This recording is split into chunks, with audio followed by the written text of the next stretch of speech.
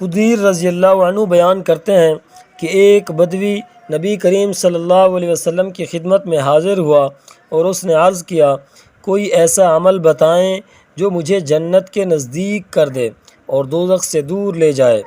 نبی صلی اللہ علیہ وسلم نے فرمایا، کیا تمہیں یہ دونوں چیزیں عمل پر اکساتی ہیں؟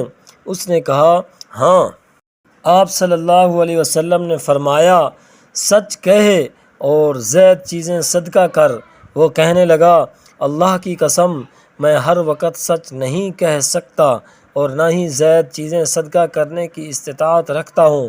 آپ صلی اللہ علیہ وسلم نے فرمایا، کھانا کھلا اور سلام عام کہہ۔ اس نے کہا، یہ بھی مشکل ہے۔ آپ صلی اللہ علیہ وسلم نے فرمایا، کیا تیرے پاس اونٹ ہے؟ اس نے کہا، ہاں۔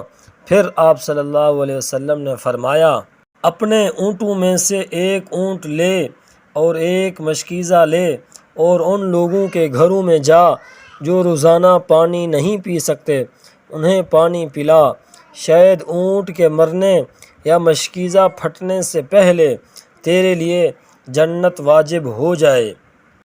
راوی نے کہا کہ بدوی اللہ اکبر کہتے ہوئے چل پڑا، ابھی اس کا مشکیزہ نہیں پھٹا تھا اور نہ ہی اس کا اونٹ مرا تھا کہ وہ شہید کر دیا گیا۔ تو میرے محترم دوستو، یہ ایک بہت چھوٹا سا عمل ہے جس کو آج کل ہم مسلمان بالکل حقیر سمجھتے ہیں، اس کو ثواب اور نیکی تو سمجھتے ہی نہیں ہیں۔